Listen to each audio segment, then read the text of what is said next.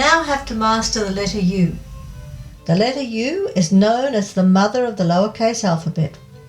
Mastery of this letter is so important as 90% of all the letters and their ligatures are made with this formation.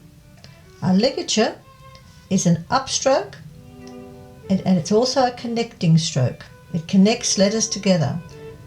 Invest your time in understanding the letter U and you'll greatly simplify all your writing. Tracing exercise. Start with your pen on the red dot on the dotted line. Travel up to the red line in a lovely anti-clockwise curving arc. Trace down the slope line. Swing up to the red line, down to the dotted line, up to the red line. The movement is going to be up, down, up, down, up.